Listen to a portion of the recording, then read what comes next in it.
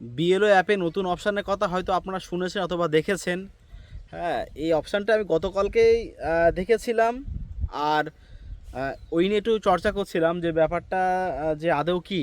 তার কারণটা হচ্ছে যেটা আপনারা দেখেছেন সেটা হচ্ছে যে ছবি আপলোড করতে হবে, গ্রুপ ছবি এবং হেয়ারিংয়ের নোটিশ অথবা স্লিপ। মানে দেখবেন আপনারা হচ্ছে যখন বিএলও যখন আপনার বাড়ি হেয়ারিংয়ের নোটিশ যখন দিয়েছিল, দেওয়ার পরে তখন বিএলও হচ্ছে একটা পার্ট ছিঁড়ে নিয়েছে আর আপনাকে একটা আর পার্ট দিয়েছে। এখন ওই নোটিশ যেটা আছে, স্লিপ যেটা আছে, ওটাকে আপলোড করতে হবে। ওর ভিতরে দেখবেন একটা নোটিশ নম্বর দেওয়া আছে, ওই নম্বরটা কিন্তু মেন। এখন যেটা বলার বিষয়, তার কারণটা হচ্ছে আমি এই নিয়ে খবর নিচ্ছিলাম, এক একটা জায়গায় আমি এক এক খবর পেলাম। তা শেষ পর্যন্ত যেটাই উপনীত হলাম মোটামুটি শেষ পর্যন্ত, যে কোন ছবি আপলোড করতে হবে। দেখেন, এখন কিন্তু হেয়ারিং বাকি আছে অল্প, মানে অল্প বলতে ধরেন খুব বেশি হেয়ারিং বাকি নেই। আর ম্যাক্সিমাম হেয়ারিং শেষ হয়ে গেছে, বিশেষ করে নো ম্যাপিং তো সব হয়েই গেছে। আর লজিক্যাল ডিসক্রিপেন্সির হেয়ারিং চলছে। আমার কাছে যতটুকু যা খবর আছে সেটা হচ্ছে পর্যন্ত হেয়ারিংয়ে আমার খবর আছে, তারপরে আরও হেয়ারিং হতে পারে। তার কারণটা হচ্ছে গোটা ওয়েস্ট বেঙ্গলে খবর তো নেওয়া সম্ভব না, যতটুকু যা খবর পেয়েছি ততটুকু আপনাদের যা বললাম। এখন এই যে হেয়ারিং হওয়ার পর, এই যে হেয়ারিং হওয়ার পর যে আপনাদের ছবি আপলোড করতে হবে, সেটা কি আবার গ্রুপ ছবি। হ্যাঁ, এই গ্রুপ ছবি কিন্তু আপনারা দেখেছেন যে ওখানে যাওয়ার পরে আপনাদের ডকুমেন্ট সব ভেরিফাই করার পরে আপনাকে আপনার ছবি তোলা হয়েছে, সেই ছবি নাকি আপলোড করতে হবে এখন বিএলওদের।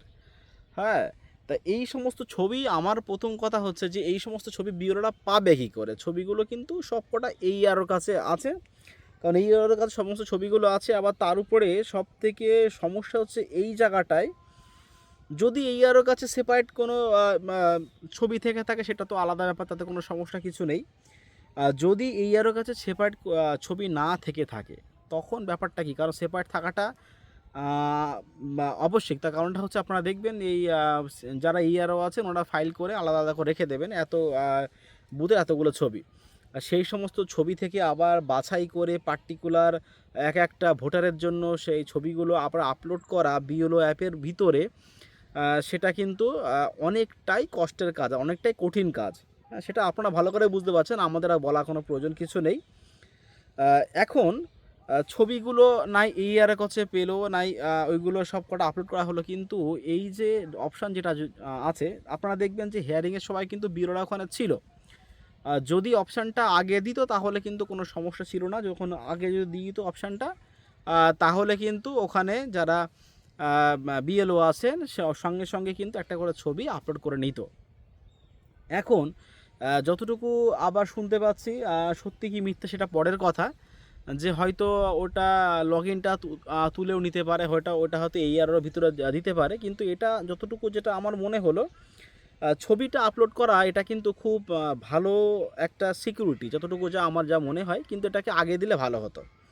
তার কারণটা হচ্ছে অনেকের হয়তো ডকুমেন্টস হারিয়ে যেতে পারে। তার কারণটা হচ্ছে মানুষের তো দুর্যোগের কোনো শেষ নেই। হয়তো ধরেন কারোর বাড়ির সমস্যা, হ্যাঁ ধরেন টালির বাড়ি, বর্ষাকালে সে বেকায়দায় হয়তো ঝড়ে গাছ টাছ পড়ে ভেঙে ধরেন ঘরে জল টল ঢুকে গেছে, বা কোনো প্রকারে বন্যায় ক্ষতিগ্রস্ত হয়ে সেসব ডকুমেন্টস নষ্ট হয়ে গেল। ছবি এটা যখন যদি থাকে তাহলে কিন্তু খুব ভালো একটা প্রমাণ যদি ওখানে থেকে থাকে, এটাই হচ্ছে ব্যাপার। তা এটা যদি আগে হতো আমার যতটুকু মনে হয় যে ভালো। এইবারে এই লজিক্যাল ডিসক্রিপেন্সির আমারে অনেকে প্রশ্ন করছেন যে কি করে বুঝবো যে আমার ফাইনাল লিস্টে নাম উঠবে কি না। আমি আপনাদের আগে থেকেও বলে দিয়েছি, দেখেন লজিক্যাল ডিসক্রিপেন্সি যেটা আছে এটা যারা ইলেকশন কমিশন আছেন তাদের যেটা মনে হয়েছে যে যে অভিযোগ ওনারা করেছিলেন যে অনেক অনেক ভোটার যারা আছেন 20টা 30টা বেশি বাবা, তারা দেখেছি সেই সমস্ত ভোটারদের, বিশেষ করে 6+ প্রয়োজনী।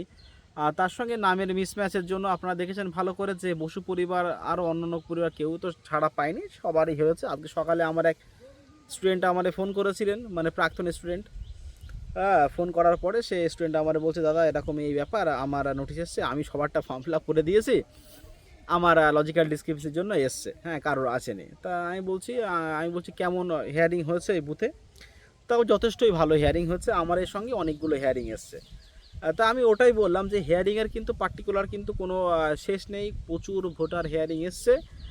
লজিক্যাল ডিসক্রিপেন্সির হেয়ারিং নিয়ে আপনাদের ভয় করার কোনো কারণে কিছু নেই।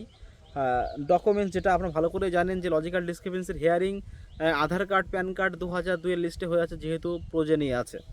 হ্যাঁ, গতকালকে আমাকে আরেকজন ফোন করেছেন যে আধার কার্ড এবং মাধ্যমিকের যে অ্যাডমিট যেটা দেওয়া আছে লজিক্যাল ডিসক্রিপের জন্য দু জায়গায় এখানে ওটা হচ্ছে যে এ জন্ম তারিখের সমস্যা আছে।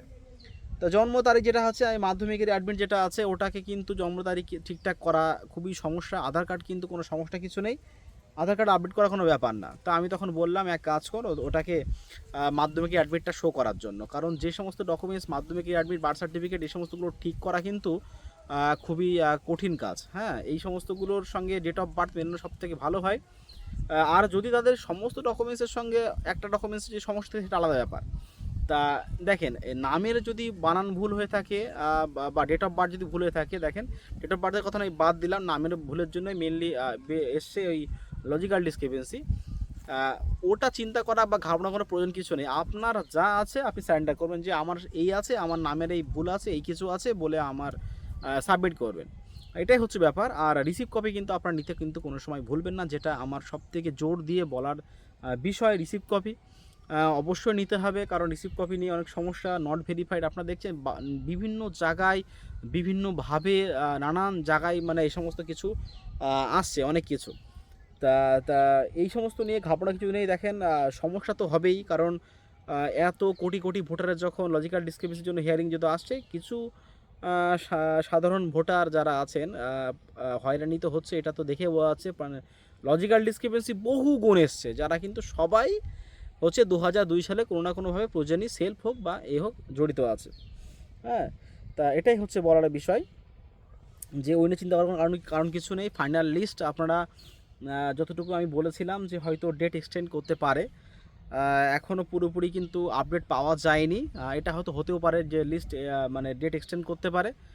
আর ফাইনাল লিস্টে যখন আপনাদের নাম না উঠবে, হ্যাঁ, তখন কিন্তু আপনাদের ফর্ম 6 আবার ফিল আপ করতে হবে। আর যাদেরকে আর বলছে আমি বিশেষ করে যাদের হচ্ছে নামের সমস্যা বা কোনো কিছু সমস্যা আছে, আপনারা ভোটার আইডি কার্ডে যদি কোনো ডকুমেন্টস আপনারা ঠিকঠাক করে থাকেন বা নতুন ভোটারের যদি নাম তুলে থাকেন, আপনারা 31 জানুয়ারির মধ্যে কিন্তু অবশ্যই আপনারা ফর্ম 8 অথবা ফর্ম 6টা আপনারা ফিল আপ করে নেন। হ্যাঁ, এবং বিএলওকে আপনারা নক করে দেন যে এরকম এই ব্যাপার। বিএলওর যে অ্যাপে তো অবশ্যই যাবে, আপনারা যদি ফর্ম 6 অথবা ফর্ম 8 ফিল আপ করে থাকেন, নামের ভুল বা যে কোনো কিছু ভুল বা আধার নাম্বার হোক বা মোবাইল নাম্বার হোক যদি আপনারা চেঞ্জ করতে চান, তাহলে অবশ্যই তো আপনাদের ফর্ম 8 ফিল আপ করতে হবে। আর নতুন ভোটারের জন্য কিন্তু ফর্ম 6 ফিল আপ করতে হবে, এটা বাধ্যতামূলক। তা যাই হোক, যেটা আমি আপনাদের আপডেট বলে দিলাম যে নতুন যে বিএলও যে অ্যাপে যে অপশান যেটা এসছে, এই নিয়ে তো বিএলওরা খুবই চাপে আছেন। তো আজকের ভিডিও এই পর্যন্তই। পরবর্তী আপডেট চ্যানেলটিকে সাবস্ক্রাইব করে বেল আইকনটি ক্লিক করুন। ধন্যবাদ।